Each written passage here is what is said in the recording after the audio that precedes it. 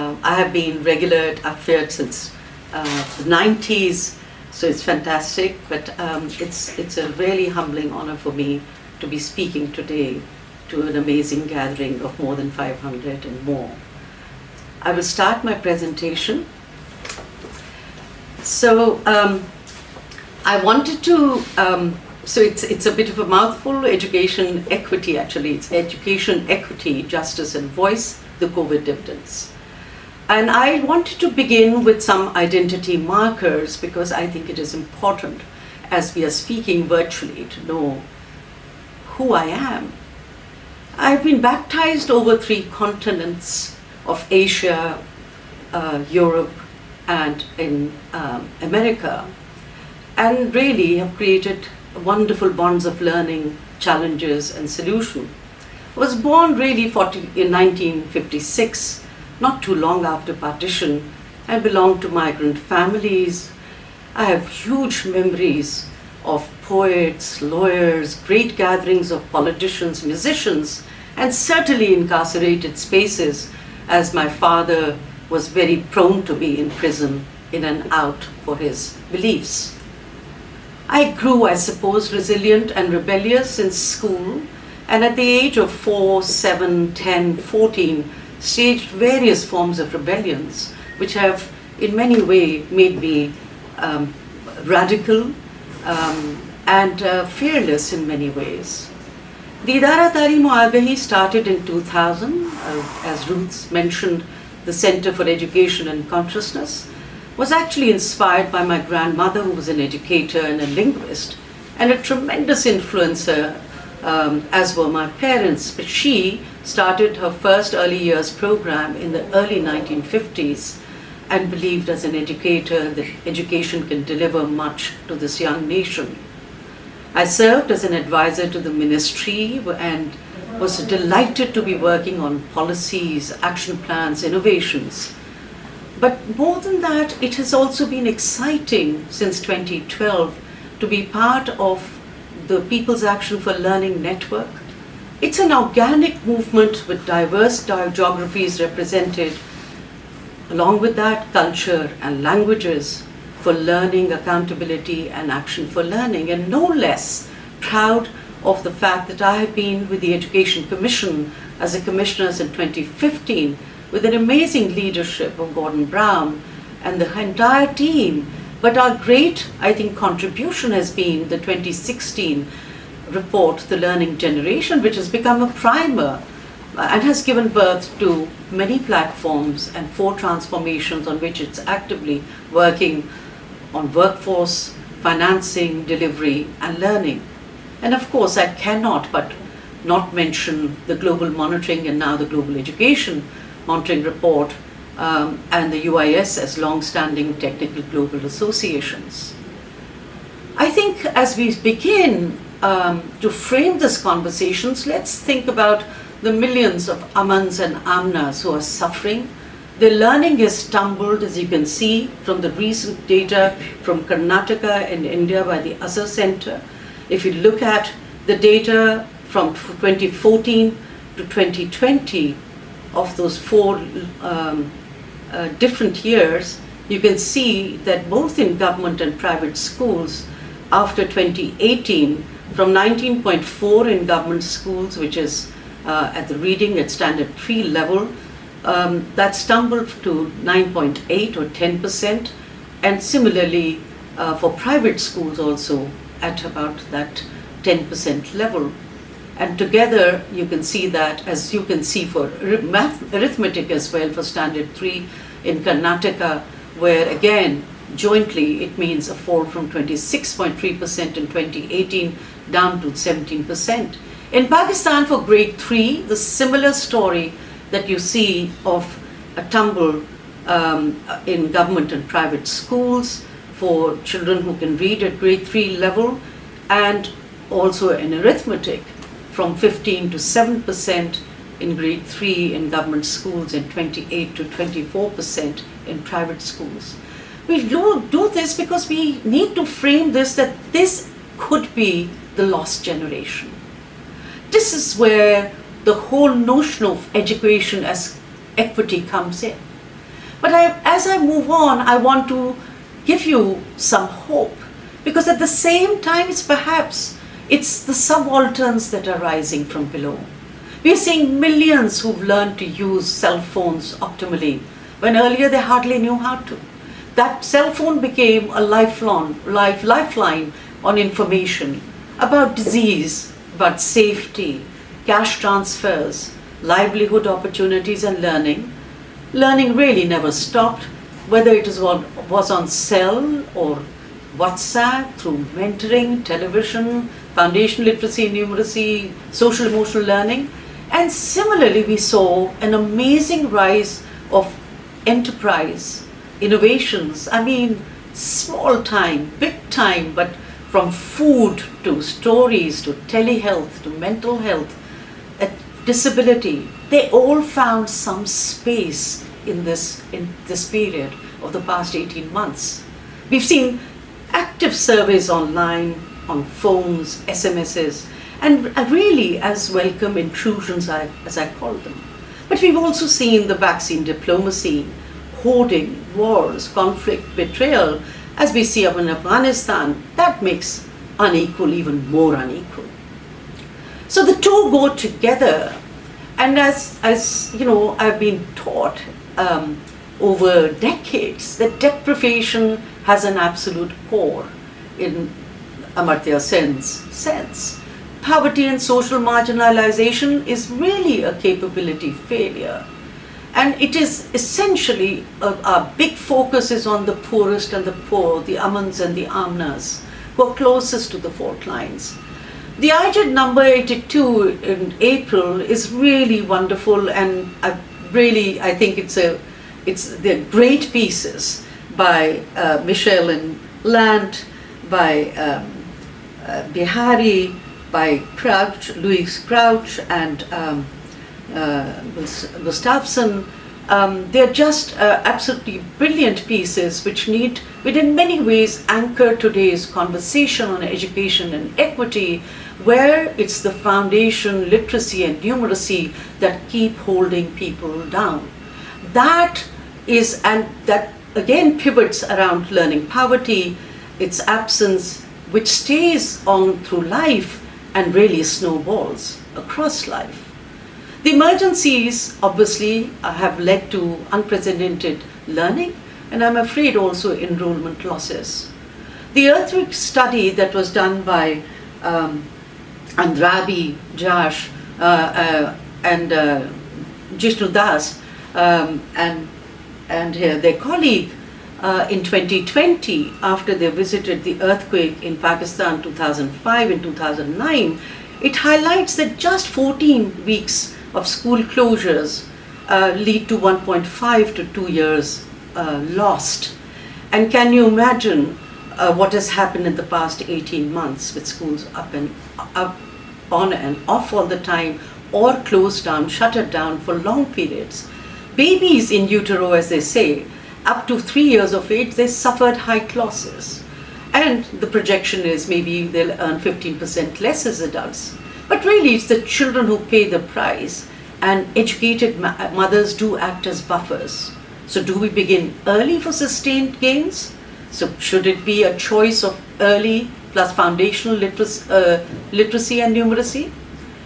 And I think it is in our own work at ASER Pakistan, at ITA, we see that the learning crisis is rooted in the equity crisis. As you look at the challenge of household wealth, from the poorest to the richest, you can see clearly how it's graded. And the poor. So that's the slide number 3, which was on the subalterns and the state, diplomacy and wars and betrayals. And this is about situating education in equity in my reference to the IJET number 82, and focus why maybe we need to focus on early years and foundational literacy and numeracy, which means both 4.1.1 but also 4.2.1.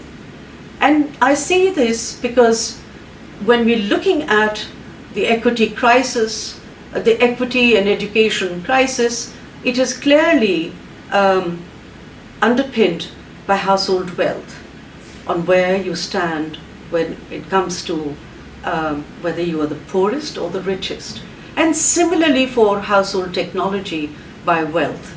And that comes out very clearly that you can have, even in television for the poorest, only 2.4 households to the richest being 97%, and for smartphone from 8.5% at the poorest to 96% and so on. So there is a clear divide, a digital divide by wealth, a learning divide by wealth as well.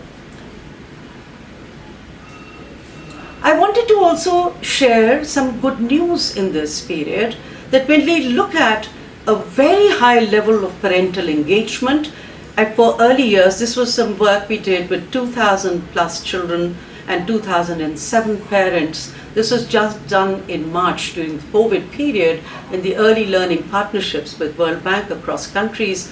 We saw a very high level of caregiver parental engagement at almost 91%, 98% in terms of telling stories, playing with children, but we also saw traditional disciplining norms of 28% parents admitting that in the last 15 days they did use some form of physical punishment. And that means that that sort of practices are a challenge indeed. We saw also for the 5 to 16-year-olds a high level of parental and household support of 63% at the family level, and of course a very high use of, also within 1 year, of television programs, which are a dedicated program running from 8 in the morning to 6 in the evening, almost 32%, which translate to roughly 12 to 13 million people watching, children watching this. So we see this high level of parental support also for the older age group. But then we look again at issues of inclusion and exclusion, and we saw that for the early years, almost 6% children, 7% children were with disabilities and a higher percentage of girls. But when we looked at parental attitude, the children with disability were being less supported at home than their siblings who were able. And that comes out, and you see the purple bars, that there is they definitely received less attention from their parents in the same household. So this comes to our second aspect, which is issues of justice and fair treatment and capabilities. And these are really conceived as, from us and for the world, as fundamental rights in the Constitution, laws and justice. And fairness and capabilities have been elaborated by Rawls and Sen, and Nussbaum draws upon that. And essentially, when you look at equality versus equity, equality more on numbers and quantity and rank, equity is about social justice of education in relation to fairness and justness and impartiality in terms of the distribution at all levels of education subsectors. And this is the work of the UIS on the Equity Handbook. That freedom to achieve well-being is really of the utmost importance, and that well-being has to be introduced in terms of capabilities and functionings, that which people do and value, and the collection of functionings available to people without discrimination. That leads to that trigger of agencies, that's capabilities. But addressing human development not simply as abstract ideas, that's not how we would like to see justice and capabilities, but daily lived capacities. Justice requires that distribution of capabilities instead of just some distribution of primary goods, as Nussbaum says, a basic social minimum for all, an amount of central human capability that is sufficient for preserving human dignity. So the idea of any social arrangement, including education, is evaluated according to the kind of freedom it evokes and promotes for functionings.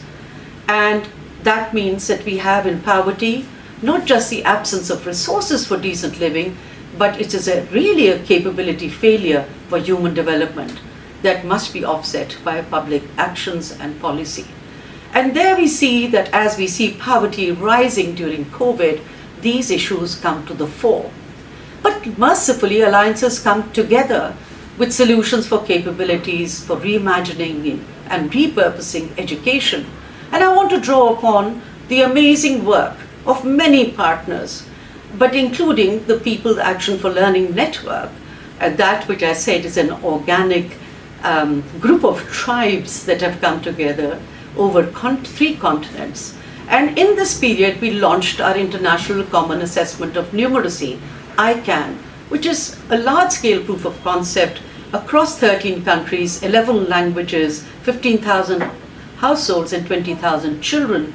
It met with all the data quality standards, and the data is being shared globally, as we've seen in the IJET article by Lant and Michelle as well.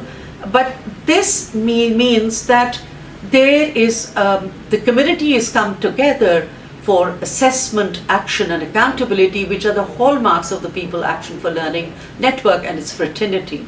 It's work from assessment as a second generation tools which are emerging, the Icann that I mentioned, and the iCare, which is going to be on reading, drawing upon the global proficiency framework. And its big piece is that it measures not just learning of in-school but out-of-school children. So it's high on equity, and it can be both household and school-based. And its rigor and validation keeps on drawing upon from UIS and other agencies. To action, which is teaching at the right level, because that is always our mantra, and action for equity and the FLN, but FLN not just in their own right, but for transitions. And a focus both on 4.1.1 and 4.2.1, so both early years as well as lower primary and upper primary. We have focused since on life skills, capabilities, second chance programs, cognitive and non-cognitive, but more recently on innovations. Actually, we've always done innovations with inclusion, EdTech, high touch to high tech, and learning, which includes social emotional skills and life skills. That's the accountability and systems level impact is very essential to us, and hence our commitment to all of that. And we've seen girls' education programs across our partners, and we've seen much written on them, such as Young Love from Botswana on their Zones program, and the work on SMS, including all the ones listed here.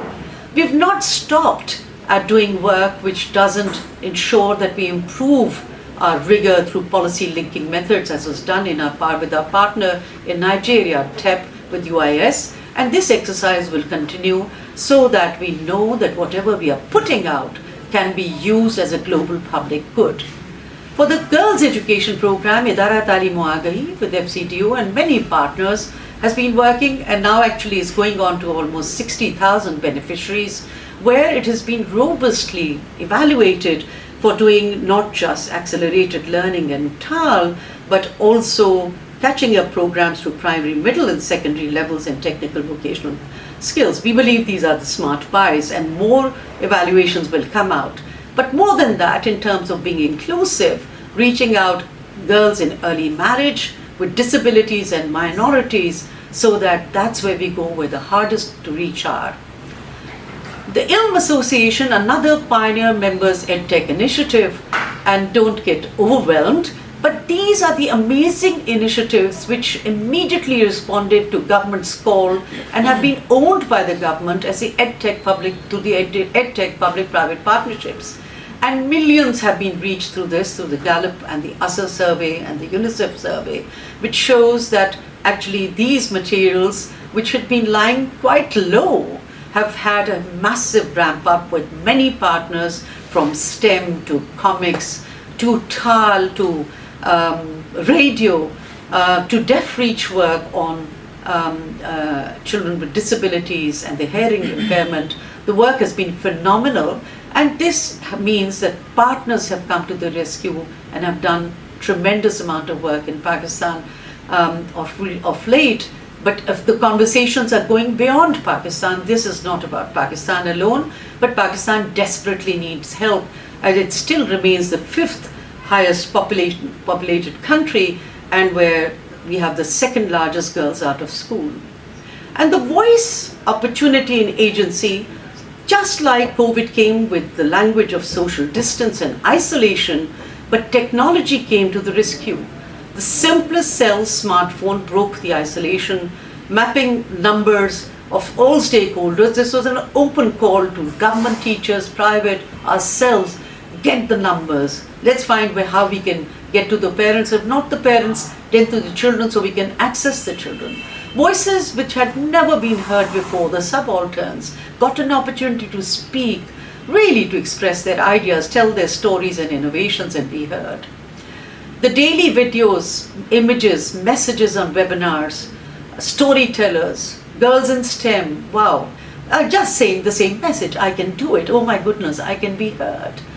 And the girls and boys, parents, teachers, field officers, social entrepreneurs, I mean women's groups, and they keep coming. My phone I can't keep a hold of because the storytelling goes on, and storytelling certainly beyond borders for peace as well. We discovered the treasure within, resilient, rich and resounding, ready to repurpose and reset. This is a new beginning, could be a new beginning, and I know Bihari Girendra speaks about a certain depression, a kind of a worry that we're not getting anywhere, but I think maybe we will have woken up millions and billions more that needed to be woken up and be part of the system.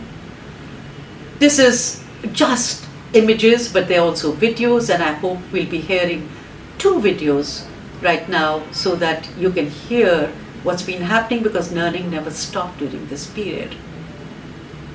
So we had human interest stories. Everybody was trying to tell their story of, whose father was a drug addict, how did they drop out of school, how were they married off early, how did they come back to education, as you've just heard.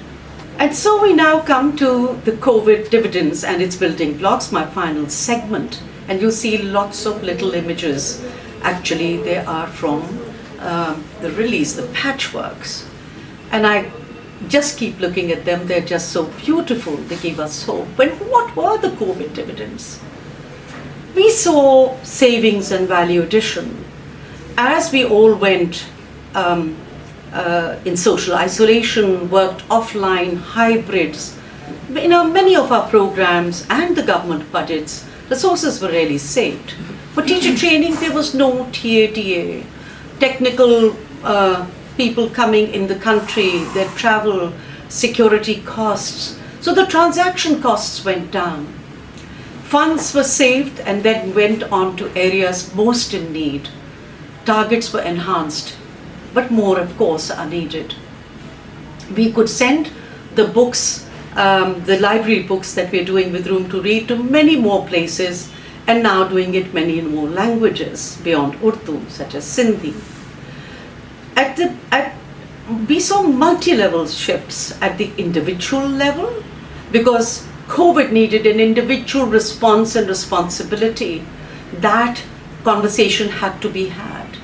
At the family level, because that was the only support group, that families had to stick to each other and rediscover themselves in this period, because that's how, and relationships had to be renegotiated with men and women more together, fathers, mothers, children, and so on. And whilst we saw harmony come back to families, we also saw, of course, clashes as well.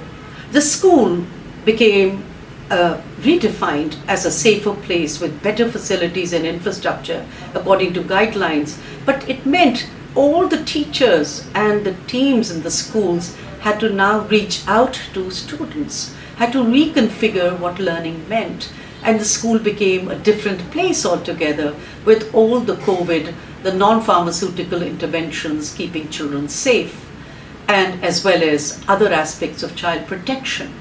For government systems, it meant complete revisit. It meant a government is beginning to talk about continuity of learning, how to do assessments. We sit together to rethink all these systems which are just taken for granted and were never easy to shake up, have been shaken up, because we have to rethink this as children are going through the trauma of what will happen to the last 2 years they have lost. Will they be making up? How will they learn differently? and they're emotionally also so raw, and systems have to think, which they didn't think till last year. They thought of accelerating curriculum, making sure children finished everything very quickly, to now thinking about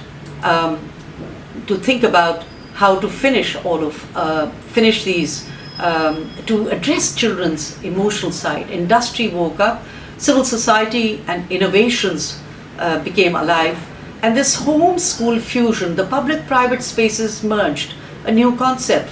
As post-colonial societies, these were kept as separate places, and we saw a new cadre of teachers, learning activists, and new codes of conduct and teamwork emerge, much like the workforce initiatives under the Education Commission platform, and now much more open to distance learning, assessment, surveys. As I mentioned before, the book prints across Pakistan really multiplied. We know that today the learning modalities have to be far more on a spectrum, and we talked about this, and we have to be sensitive to this. This was done by UNICEF, and my last slide, or second last slide, is really about how do we encash these COVID dividends? How do we reset education and learning? And that has to be through the pillar of foundational learning, through early years and TAL and academics, which combine SEL and life skills for the agencies of learners and indeed teachers. We saw as amazingly coming forward at home, and where teachers and students go into a new compact with the school home agency. Technology and quality, which has content, and that's again on a spectrum of high touch, high tech. And we've seen that both at the AI conference that took place with the Education Commission of Asia recently, and what Dubai Cares is planning to do in the Rewired Education, where digital safety and digital learning is essential. It's a non-negotiable entitlement. The workforce motivation and preparation for hybrid teaching and assessments is again going to be but it is going to be a team effort, and systems coherence and evidence on what works and why.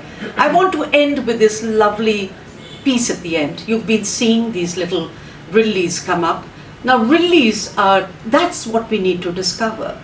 These patchworks which are symbolic of resilience in our resources within. They are spreads, they are blankets, each piece holds a story or a song. They may be kept from clothes torn or pieces left somewhere, a baby's swing across a cot, crafted by mostly girls and women. It's a marketable craft today, a colorful mat, a bride's trousseau, and a heritage learning tool for maths, arts, and creative writing. That's the kind of redesign for learning. That's the kind of the resources within we need to look at with a contemporary eye. And that's what will lead to what I think is the notion of equity in education with justice and capacities and capabilities, voice for the COVID dividends. These are the COVID dividends. Thank you very much.